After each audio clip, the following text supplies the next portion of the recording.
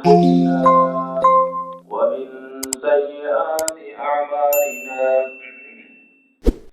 من يهده الله فلا مضل له ومن يضلله فلا هادي له أشهد أن لا إله إلا الله وحده لا شريك له وأشهد أن محمدا عبده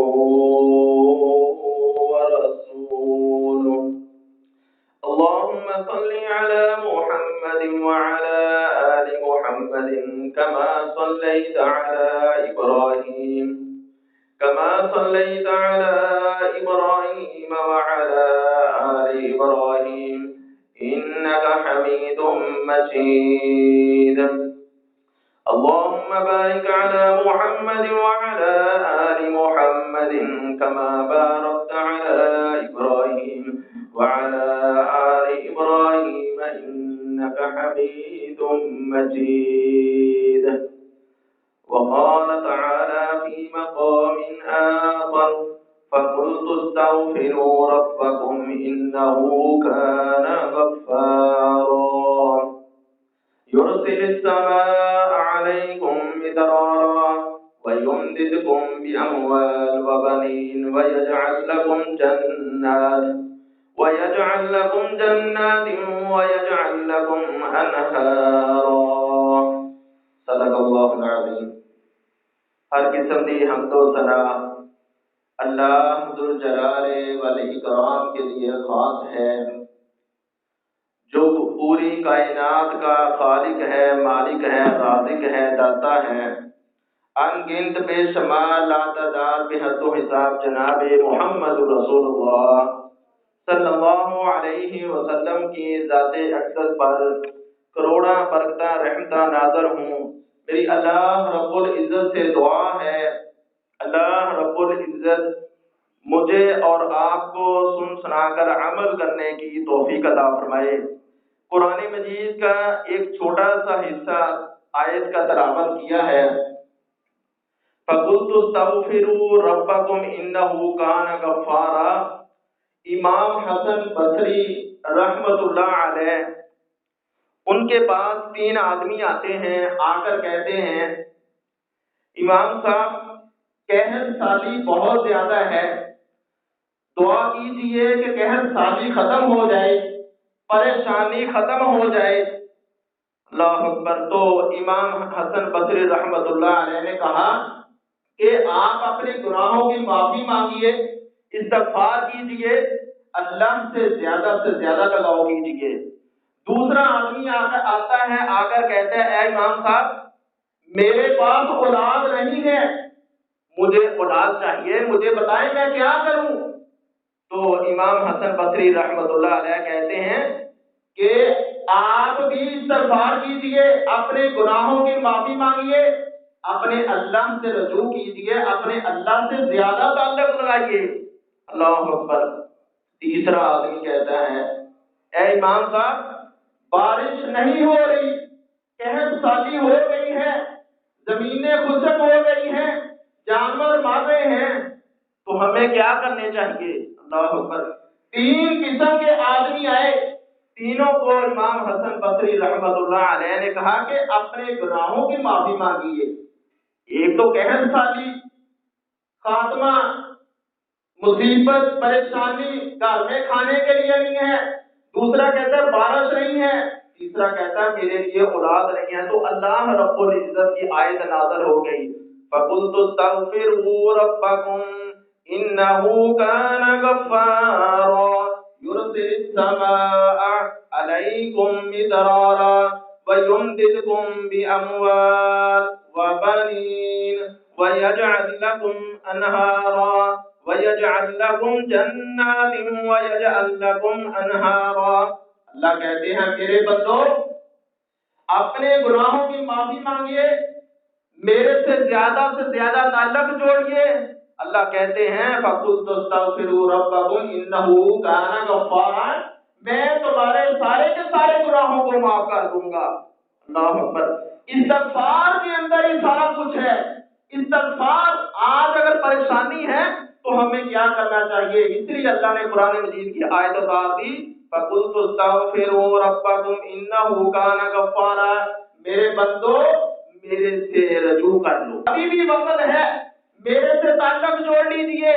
إِنَّهُ كَانَ غَفَّارًا، اللہ کہتے ہیں يُرْسِلِ السَّمَاءَ عَلَيْكُمْ مِدْرَارًا، اللہ کہتے ہیں تمہاری پریشانیاں ختم کر دوں گا، تمہیں اولاد بھی دوں گا، تمہیں بارشیں بھی دوں گا، تمہیں جنت بھی دوں گا، جنت کے اندر نہریں بھی دوں گا۔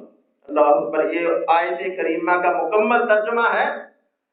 حضرت عقبہ بن عامر رضی اللہ تعالی عنہ روایت کرتے ہیں، اللہ اکبر، اللہ کے رسول صلی اللہ علیہ وسلم کہ نجات کس چیز میں ہے؟ تو اللہ کے رسول صلی اللہ علیہ وسلم نے فرمایا اپنی زبان میں قابو رکھو، اپنی زبان کی حفاظت کرو، اپنی زبان کو کنٹرول کرو۔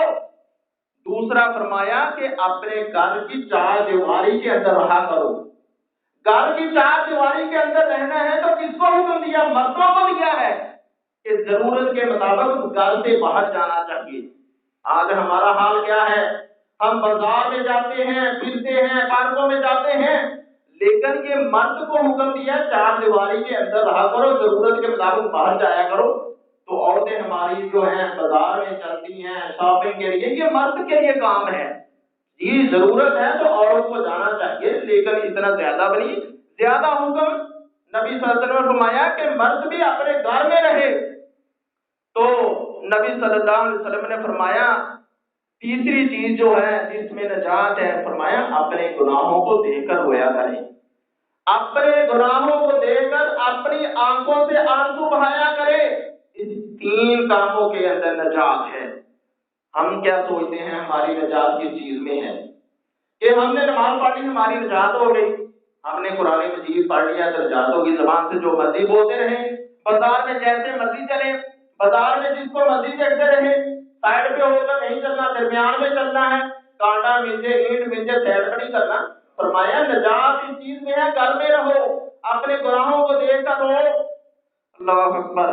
تو پیارے بھائیو، دین اسلام ایک بہت بڑی نعمت ہے، کمی ہم میں ہے۔ اللہ رب العزت مجھے اور آپ کو اس حدیث پر عمل کرنے کی توفیق عطا فرمائے۔ تاریخ اسلام کا اگر مطالعہ کیا جائے، تاریخ اسلام کے اندر جب تاریخ اسلام کا انسان مطالعہ کرتا ہے پھر انسان کی آنکھیں کھلتی ہیں۔ آج کہتے ہیں ہمارے اوپر بہت بڑی بیماری آ چکی ہے۔ کیا نبی کریم صلی اللہ علیہ وسلم کے دور میں بیماری نہیں تھی؟ صحابہ کرام کے دور میں بیماری نہیں تھی؟ اللہ اکبر۔ نبی کریم صلی اللہ علیہ وسلم کے زمانے میں بھی ایک بیماری آئی تھی، طاعون کے نام سے بیماری آئی تھی۔ 5 مسلم ملکوں میں بیماری آئی تھی، 5 مسلم وقتوں میں بیماری آئی تھی۔ اللہ اکبر۔ حضرت عبداللہ بن زبیر رضی اللہ تعالیٰ عنہ کے دور میں یہ طاعون کی بیماری پھیلی۔ اللہ اکبر۔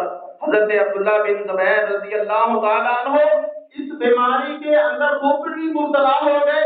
حضرت انس بن مالک رضی اللہ تعالیٰ عنہ طاعون کی بیماری کے اندر خود بھی مبتلا ہو گئے۔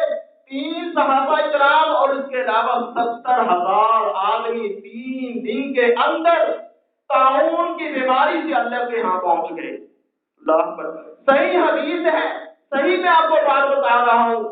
یہ آج کے ہمارے دور میں بیماری آ گئی ہے تو ہمیں بھی سوچنا چاہیے کہ صحابہ اکرام کے دور میں 3 صحابی اور 70,000 آدمی 3 دن کے اندر اللہ کے حضور چلے گئے، پہنچ گئے، فوت ہو گئے۔ تو ہمیں کیا کرنا چاہیے پیارے بھائیوں؟ ہمیں اپنے گناہوں کی معافی مانگنی چاہیے۔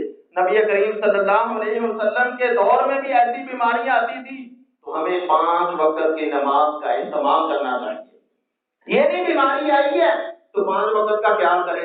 جب انسان 5 وقت کی نماز پڑھے گا، 5 وقت وضو کرے گا، ہاتھوں کو دھوئے گا، کلی کرے گا، ناک کی صفائی ہوگی، پاؤں کو دھویا جائے گا، بیماری خود بخود، گناہ خود بخود۔ یہ نہیں کہ 4 دن پریشانی ہے، 4 دن نمازیں پڑھ لیں، مسجدیں بھری ہیں۔ مسجدوں کے اندر آنا ہے، لیکن جو تندرست آدمی ہے، صحت مند ہے، وہ آ جائیں۔ بچے گھر میں رہیں، بوڑھے گھر میں رہیں، خواتین گھر میں رہیں، گھر میں بھی نماز پڑھ لینی چاہیے، نہیں مسجد میں ضروری جانا ہے۔ جو صحت مند ہے کبھی کبھی مسجد میں بھی آ جائے۔ اللہ رب العزت ہمیں ان ساری کی ساری باتوں پر عمل کرنے کی توفیق عطا فرمائے۔ اللہ فرماتے ہیں ما اصاب من مصیبت الا باذن اللہ، جو بھی کوئی مصیبت کوئی تکلیف آتی ہے تو اللہ کے حکم کے بغیر نہیں آتی، اللہ کے حکم کے ساتھ ہی آتی ہے۔ تو ہمیں چاہیے ان ساری باتوں کا خیال رکھنا چاہیے، اپنے گناہوں کی معافی مانگنی چاہیے۔ آج ہم کہتے ہیں کہ نماز مسجد میں پڑھنی ہے، نبی صلی اللہ علیہ وسلم کا فرمان ہے کہ سنتے گھر میں پڑھا کرو۔ صحابہ کرام نے عمل کر کے دکھایا، جیسے ہم مسجد کا ادب کرتے ہیں، احترام کرتے ہیں، تقدس کرتے ہیں، صحابہ کرام نے گھر کا ایک کونا بنایا ہوتا تھا، وہاں سے سنتے نوافل دعا مانگا کرتے تھے، اس جگہ کا احترام کیا کرتے تھے۔ پیارے بھائیو، فرض نماز کے لیے مسجد میں آئے، سنتے نوافل گھر میں پڑھے اور وضو گھر سے کر کے آئے۔ جو انسان گھر سے وضو کر کے آتا ہے، کل قیامت کا روز ہوگا، وہ راستہ بھی اس انسان کی گواہی دے گا۔ جو انسان گھر سے وضو کر کے آتا ہے، اللہ رب العزت اس پر فرشتے جو اپنی رحمتیں نازل کرتے ہیں۔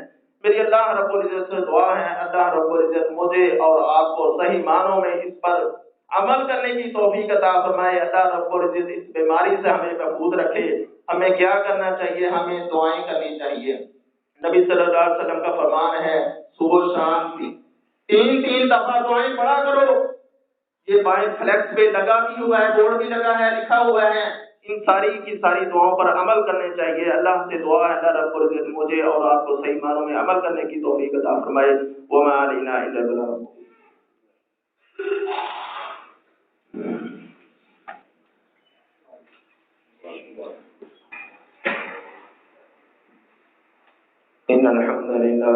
إن الحمد لله نحمده ونستعينه ونستغفره ونعوذ بالله من شرور أنفسنا ومن سيئات أعمالنا، من يهده الله فلا مضل له ومن يضلله فلا هادي له، أشهد أن لا إله إلا الله وأشهد أن محمدا عبده ورسوله، أما بعد فأعوذ بالله من الشيطان الرجيم، يا أيها الذين آمنوا اتقوا الله حق تقاته ولا تموتن إلا وأنتم مسلمون، يا أيها الناس اتقوا ربكم الذي خلقكم من نفس واحدة وخلق منها زوجها وبث منهما رجالا كثيرا ونساء، واتقوا الله الذي تساءلون به والأرحام إن الله كان عليكم رقيبا، يا أيها الذين آمنوا اتقوا الله وقولوا قولا سديدا يصلح لكم أعمالكم ويغفر لكم ذنوبكم، ومن يطع الله ورسوله فقد فاز فوزا عظيما۔